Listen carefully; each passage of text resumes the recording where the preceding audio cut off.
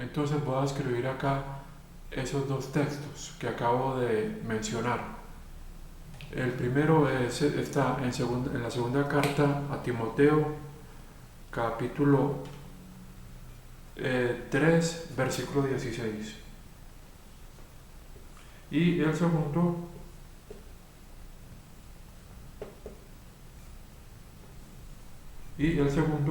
está en la segunda carta de Pedro,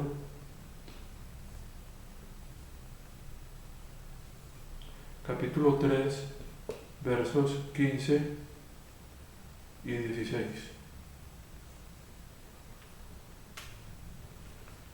Bueno, voy a leer el primero. Primero voy a cerrar acá el primero que está en la... Este que nos habla de la inspiración verbal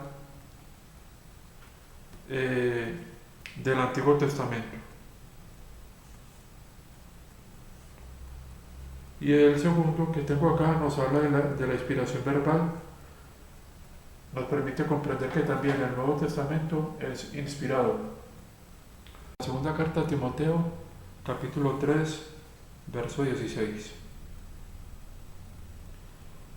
Toda escritura es dada por inspiración de Dios y es útil para doctrina, para reprender, para corrección, para instrucción en justicia. Sigue el verso 17. Que el hombre de Dios sea perfecto, totalmente o completamente equipado para todas las buenas obras. Y entonces ahora voy a leer, estoy tratando de hacer una lectura lo más literal o textual del texto, de cada texto. Estoy utilizando la Biblia del Rey Santiago, que también es una Biblia traducida en 1611 de originales del hebreo y del griego. Lo ideal sería, como he mencionado, conseguir una Biblia como la traducción literal Young, que aunque yo creo que solo viene en inglés, uno también puede utilizar estos traductores que existen en internet, y más o menos aunque vamos a ver ciertas diferencias, como que no es muy armónica la lectura de los textos, sí nos van a dar con mayor precisión las palabras inspiradas por el Espíritu Santo, que es lo que estamos tratando de encontrar, porque estamos tratando de obedecer lo que la palabra de Dios dice, como en este caso de que como dice este texto, de que toda palabra es inspirada, como dice el verso 16 que acabo de leer, de que acabo de leer acá que dice, es dada por inspiración de Dios, dice el verso, toda escritura. Entonces, esto es muy importante, porque así estamos tratando de encontrar o de interpretar las escrituras, su real significado. Como sabemos que las escrituras vienen de textos muy antiguos y que son escritas en idiomas que no conocemos, la mayoría. Entonces, de eso se trata, de tratar de encontrar los textos más, no vamos a encontrar los manuscritos, pero sí vamos a encontrar los textos más originales, más cercanos a lo que el Espíritu Santo inspiró, ya que, como todos sabemos, los que estamos en esto del estudio de las Escrituras, hay muchas traducciones, hay muchas versiones, y entonces esto nos dificulta mucho a quienes tratamos de encontrar o de interpretar rectamente la palabra de Dios como nos manda Dios, o el Espíritu Santo nos manda en la segunda carta a Timoteo, versículo 2, versículo 15. Lo quiero poner acá. Segunda carta a Timoteo, versículo 2, versículo 15. Bueno, entonces voy a leer ahora. Este primer texto nos habla de la inspiración divina del Antiguo Testamento, porque cuando Pablo le escribió a Timoteo esta carta, que está en la segunda Timoteo, obviamente él estaba hablando de las escrituras del Antiguo Testamento. Y ahora leamos las de Pedro, este texto de Pedro, para que nos demos cuenta de que las mismas cartas o epístolas de Pedro son también inspiradas, como lo afirma Pedro, son también inspiradas por el Espíritu Santo. Y dice acá en el verso 15, segunda de Pedro, capítulo 3, verso 15. Veamos lo que dice el 14, mejor, para tomar el contexto.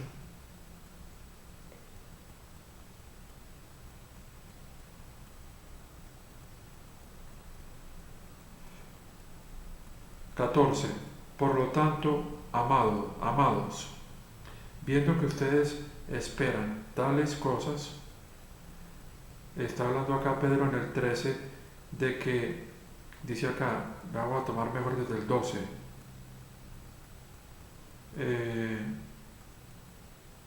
mejor tomemos, acá está hablando Pedro sobre la esperanza que tenían los creyentes que eran judíos dispersos, a quienes él le escribía esta carta, esta segunda carta,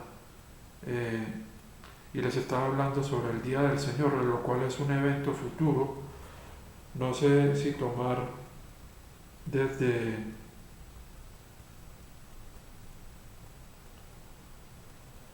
tomemos acá desde el 10, pero el día del Señor vendrá como un ladrón en la noche, en el cual los cielos pasarán con un gran ruido y los elementos se derretirán con calor ferviente o fervoroso. La tierra también y las obras que en ella hay serán quemadas. Está hablando pues de este evento futuro que ocurrirá a quienes viven en aquella época o que van a vivir en aquella época. Creo que esto es un evento diferente se me hace a mí que es diferente al evento que va a ocurrir en la segunda venida de nuestro Señor Jesucristo. Creo que esto es un evento posterior. Dice acá el 11, viendo que todas estas cosas serán disueltas por el calor, ¿cierto? ¿Qué manera de personas deben ustedes ser en toda conducta santa y piedad? Ahora dice el 12, esperando y apresurando para la venida del día de Dios. Bueno, esto es muy interesante porque el día de Dios es diferente al día como dice en el 10 habla del día de Jehová, pero yo no creo que sea el día del Señor, se refiere más bien como dice el 12, o como dice el 12, ¿sí? Se refiere al día de Dios, que es diferente al día del Señor, es como algo futuro después del día del Señor. Como sabemos que estamos estudiando la Biblia en cuanto a las dispensaciones, actualmente estamos en la dispensación de la gracia de Dios. Cuando termine, comenzará la dispensación del juicio, que es el reinicio del programa de Dios con la nación de Israel. Posteriormente, esta dispensación de juicio termina con la segunda venida de nuestro Señor Jesucristo, que se conoce como la parusía. Después entonces comenzaría la dispensación del milenio, que vendría siendo entonces pues otra dispensación, y ya así después seguiría, posterior a esto seguiría el día del Señor, digo el día de Dios, que es diferente, porque estamos tomando los versos literalmente, viendo la diferencia textual que hay en ellos. Más adelante quisiera comentar algo sobre estas dispensaciones que siguen. Continuar con el verso 15 y 16. Dice el 13: sin embargo, nosotros, de acuerdo a su promesa, esperamos cielos nuevos y tierra nueva, donde mora la justicia. Entonces dice el 14.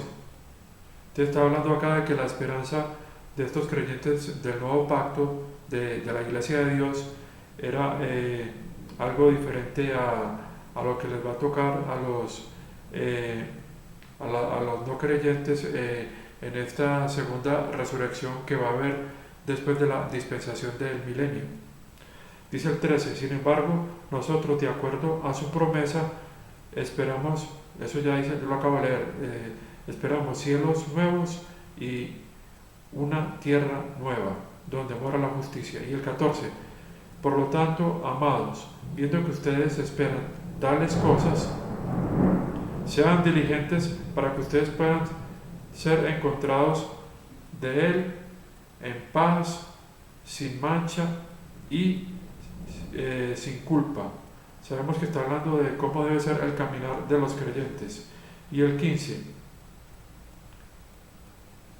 y tengan en cuenta que la paciencia de nuestro Señor es para salvación, o sea, dando tiempo para que los que no han creído lleguen a la fe, y en este caso al arrepentimiento, como era uno de los requisitos de las buenas noticias o evangelio que se predicaba durante este periodo del anuncio del evangelio del reino, o sea, del anuncio del nuevo pacto. Entonces le damos el 15, que es el que me estaba interesando, el que ya comencé a leer. Entonces, y tengan en cuenta que la paciencia de nuestro Dios es salvación. También como nuestro, esto es lo que quiero leer, también como nuestro hermano amado Pablo, también de acuerdo a su sabiduría dada a él, les ha escrito a ustedes, como también en todas sus epístolas, hablando en ellas de estas cosas, en las cuales hay algunas cosas difíciles de comprender o de ser entendidas, las cuales quienes quienes no son estudiados y son inestables, discuten, como ellos también